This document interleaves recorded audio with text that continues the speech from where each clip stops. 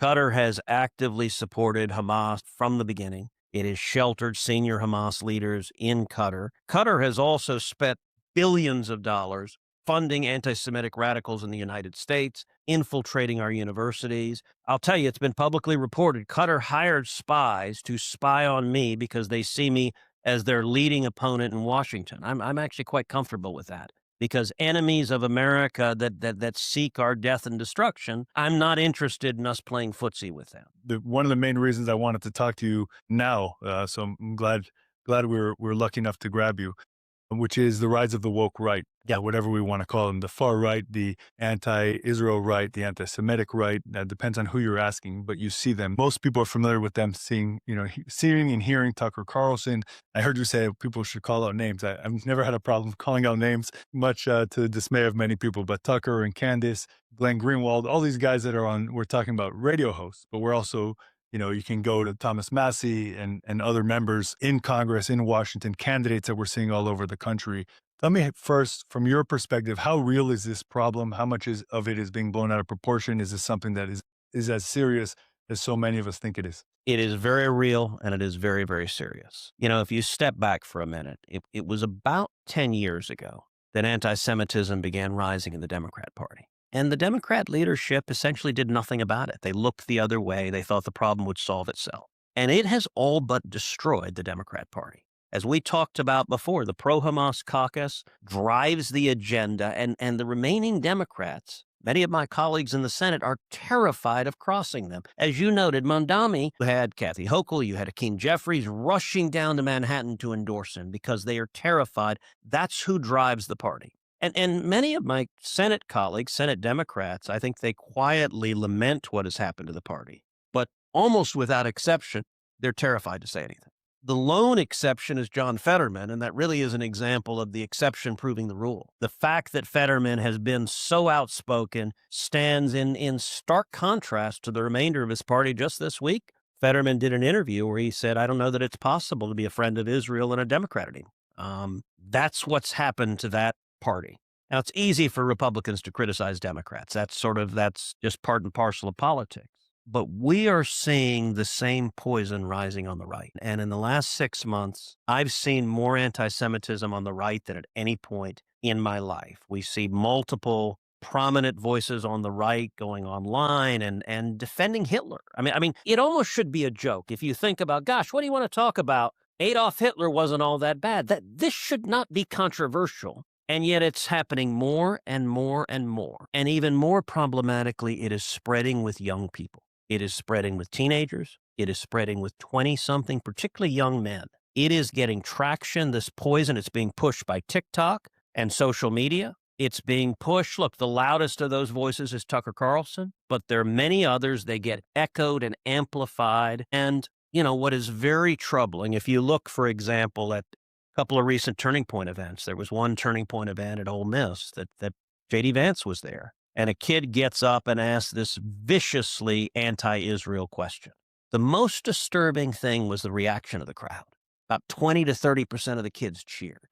We saw just a week ago, Eric and Laura Trump were at Auburn. Again, a kid gets up and asks a viciously anti-Israel question. Almost every premise of the question was false, but again, the same reaction, 20 to 30% of the kids cheered. And Gabe, what's troubling to me is this is not Berkeley, this is not Yale, this is not some left-wing enclave. This was Ole Miss, and this was Auburn. This is the deep South, a bunch of frat boys who are 20 years old. And what I worry about, look, we're so polarized, right? We're so tribalized that there's very much a team color sense. And I worry about 18, 19, 20-year-olds who are hearing the message, oh, okay, our team, we hate Israel. That's really dangerous, and it is spreading. Listen, I've resolved I'm going to do everything I can to fight it. I am not going to let the Republican Party be destroyed by this poison that has already destroyed the Democrat Party. And I'm not going to let the country be destroyed, because if we wake up 5 years from now and both parties are viciously anti-Israel, viciously anti-Semitic. By the way, when you are anti-Israel, you know what comes very soon thereafter? Being anti-American. And if you are attacking Jews, very soon thereafter is attacking Christians. Mamdani is the logical progression of it. And it's why you have, Listen, not only is Tucker Carlson having on Hitler celebrating whack jobs, but he's also going out of his way to defend jihadists. He's going out of his way. The progression. So Tucker had one professor on who said Winston Churchill was the villain of World War II. No, he was not. He had another whack job, a different professor, who said there's a very good argument that America should have intervened in World War II on the side of the Nazis. No, there is not a very good argument that we should have supported the Nazis. He had Nick Fuentes on, who is an unabashed Nazi, and that is not me calling him that. He himself says he thinks Hitler is very, very cool. He says that Hitler was right, and on social media, he says he's on Team Hitler. Well, you know what? If you say you support Adolf Hitler, that means you're a Nazi. And Tucker, with each of these witnesses, each of these guests, there are people that said, oh, well, the problem is he's platforming Nick Fuentes. I actually don't have a problem with the platforming. I could see it going either way. If he wanted to have him on and really cross-examine him about the grotesque things he said, I'm all for vigorous free speech. And by the way, Tucker does know how to cross-examine people when he wants to. But he spent each of these interviews fawning over them, gazing at them adoringly, nodding. Fuentes at one point said, I love Stalin. And in fact, he said he celebrates Stalin's birthday. Who in their right mind, knows Stalin's birthday?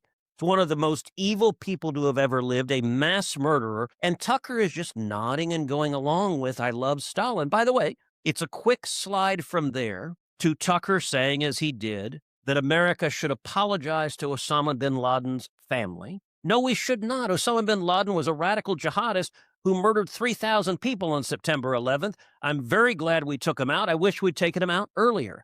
Tucker likewise said he doesn't know that Hamas is a terrorist organization. He thinks they might just be a political organization. This is the same Hamas that murdered 1,200 Israelis, that raped little girls and women. And Tucker doesn't know if they're a terrorist organization. Just recently, he had one show praising Maduro in Venezuela. And his latest, he got mad at President Trump for defending Christians in Nigeria. This is an issue I've been leading on for a long time. More than 50,000 Christians in Nigeria have been murdered since 2009. It is the single worst country on the face of the planet for the largest mass murder of Christians that's being carried out by Boko Haram and other radical Islamist groups. Tucker is dismissing it, saying it's not happening, and there is a slippery slope. When you start out saying you're just worried about Israel, it very quickly slides to Mamdani world of you hate America and you hate capitalism, and we've seen Tucker travel down that descent in a way that I think is really sad. Yeah, I mean, there's so many examples that you were going through. I mean, when he had the Christian from Bethlehem talk about how the Israelis are making Christians' life miserable in Bethlehem. Which is a lie. Despite the fact that the Israelis don't control Bethlehem, the Palestinian Authority does. And when the Israelis did, they were flourishing. It was about 80% Christian, and then it flipped since the Palestinians took over. The stories are endless. Before October 7th, there was a lot of blinders that people put on, sometimes intentionally and sometimes unknowingly, with regards to the players that are on the field there, if we call it as such, like Qatar or Turkey or Egypt, or any of the above, or the Palestinian Authority. From my perspective, on October 8th, Prime Minister Netanyahu said nothing can ever be the same, and I think that has to be the case. Now that the war is winding down and the hostages are back, do you think there needs to be accountability for a country like Egypt, for example, where there was a superhighway essentially between Egypt and Gaza letting all these arms come in, which they definitely knew about, or Qatar, who we know are playing both sides, or Turkey, who's supporting terrorism all over the world as well? Now that the dust is settled, I understood having to play with them to help get this deal done. Do you think that the U.S. should start placing some accountability on these countries? Look, I think there's a range of accountability that depends upon a range of culpability. So if you look at Qatar, Qatar has actively supported Hamas from the beginning. It has sheltered senior Hamas leaders in Qatar. Qatar has also spent billions of dollars funding anti-Semitic radicals in the United States, infiltrating our universities. I'll tell you, it's been publicly reported. Qatar hired spies to spy on me because they see me as their leading opponent in Washington. I'm actually quite comfortable with that, because enemies of America that seek our death and destruction, I'm not interested in us playing footsie with them. If you look throughout the world, Hamas and Hezbollah, both of them, more than 90% of their funding came from Iran. Iran has always been the head of the snake.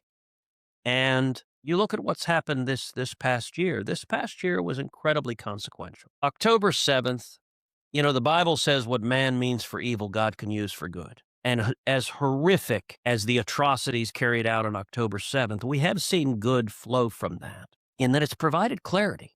It's provided clarity for every elected official, for every journalist. Where do you stand? And in my view, this is not a contest where there are shades of gray. This is a contest between good and evil. It's a contest between civilization and barbarism. And we've seen elected officials who make a choice. I mentioned before in the Democrat Party, there's a very real, cognizable pro-Hamas contingent in the Democrat Party. And that clarity is important. We've also seen Israel utterly decimate Hamas and Hezbollah. And critically, Israel wage a 12-day war against Iran that crippled Iran, that took out Iran's air defenses, that took out the senior leadership of their military, that took out the leadership of the IRGC. And in fact, it really was an amazing testament to the penetration of the Mossad within Iran that every day they appointed a new head of the IRGC, within 24 hours, that guy was gone and they had to appoint someone else. That was really consequential. When Prime Minister Netanyahu was in D.C. a few months ago, he and I sat down in Blair House. We smoked a couple of cigars together. There's no smoking in Blair House, but it would be rude. I mean, he was a guest. What kind of host would be rude to his guest? But I mentioned to him then, I said, look, there are real consequences to winning a war, which is what Israel did. Now, critical to winning that war was President Trump's decision to launch a bombing raid to take out Iran's nuclear weapons facilities. That took bunker buster bombs that only the United States had. I'll tell you, there was an enormous battle within the administration. There were voices saying, do not attack Iran. I was telling the president repeatedly, when the Ayatollah says death to America, he means it. And we should act decisively to prevent Iran from being able to carry out that commitment.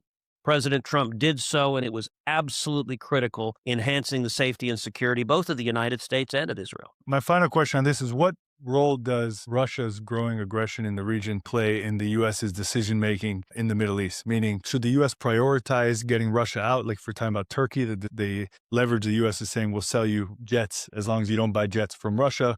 Right. And there's discussions now with Syria. Jelani's in the White House this week, I believe.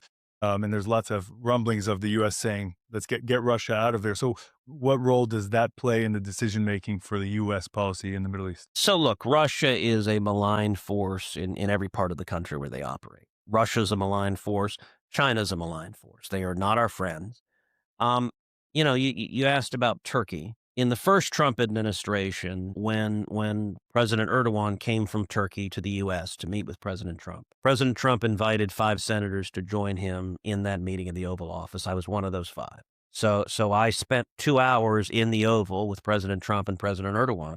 And it was kind of interesting. I think Erdogan came in thinking that the U.S. Congress was like his parliament, was just a rubber stamp. Whatever Trump said, we would naturally go along. And I got to say, Gabe, this is an unusual meeting. It's unlike any other meeting I've ever been in with President Trump. In 2 hours, he spoke maybe 5 to 10 minutes.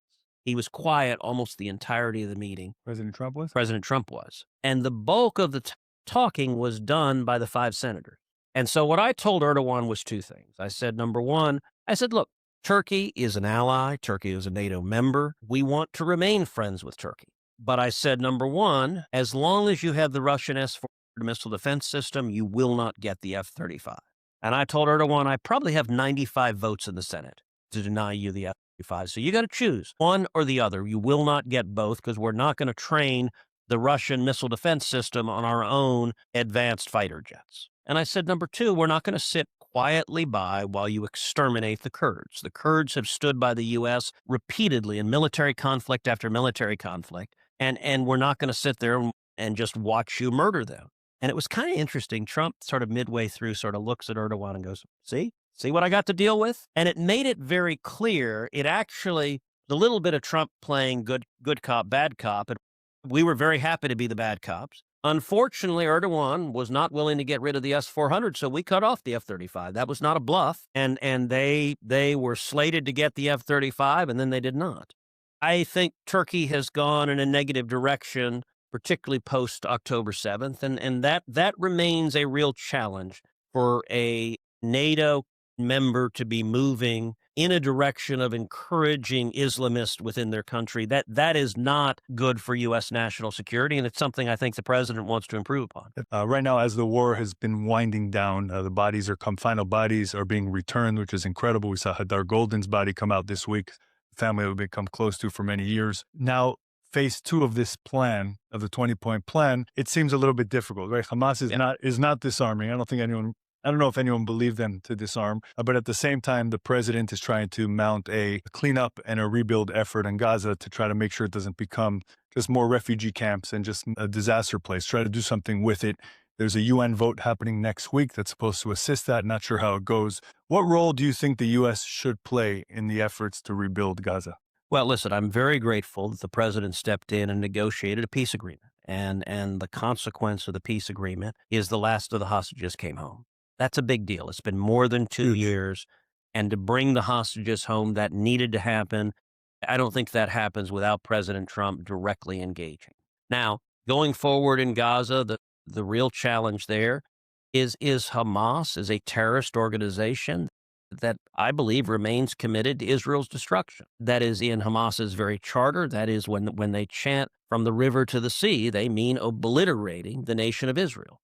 It is very hard to reach a compromise with someone who wants your death. You know, I'm reminded of during the Obama presidency, there was a editorial cartoon, and it showed the Ayatollah saying, "To America." And it showed John Kerry saying, "Can we meet you halfway?" There's not a viable middle ground with a terrorist organization that is still seeking to murder their opponents. And so, listen, the government of Israel, in the wake of October 7th, pledged to utterly eliminate Hamas, and they've gone a long way to doing so. But I think that the remaining Hamas fighters, it's going to be an ongoing challenge. In terms of the U.S.'s role, I do not think the U.S. should be funding rebuilding Gaza, particularly because what happened in Gaza was the direct result of Hamas's decision to launch a war, to commit one of the greatest atrocities the world has ever seen on October 7th.